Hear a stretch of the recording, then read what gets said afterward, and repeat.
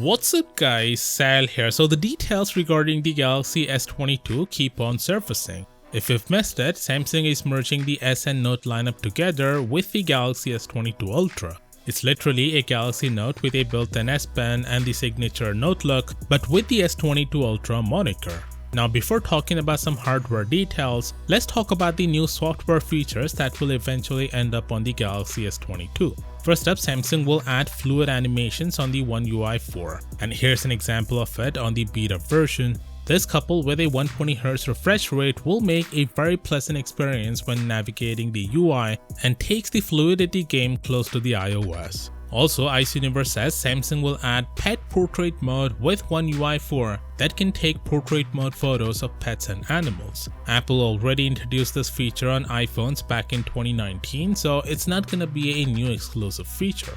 Anyway, we have a dummy unit of the Galaxy S22 based on the recent CAD leaks. Both the S22 and S22 Plus retain the same design as their predecessors with the exception of screen sizes, and that's what we see here. Only the S22 Ultra is seeing a design change this time.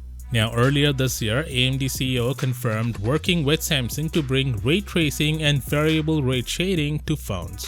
And Samsung confirmed yesterday on Weibo that the Exynos 2200 powering the Galaxy S22 devices will indeed support ray tracing, which will mean a more realistic and believable gaming experience. If you don't know, ray tracing is essentially a graphical rendering technique that emulates the way real light behaves and creates more believable lighting and shadows in games.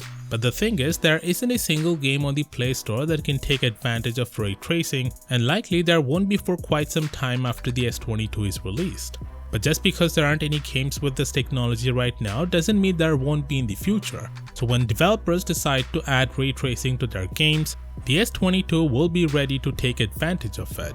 Now you're well aware of the fact that the whole tech industry, from car makers to phone makers, everyone is facing a shortage of chips. Samsung, being the biggest phone maker, has been hit harder than anyone else, in particular their Galaxy S21 FE. It was scheduled to launch in October, but due to the shortage, Samsung had to postpone the launch. We even got reports that Samsung has decided to cancel the device altogether, but turns out that wasn't true. In a new report today, Sam Mobile says the S21 FE will launch in January instead. Samsung is doing its usual pre-launch preparation, so the S21 FE is definitely on the way and will launch in January.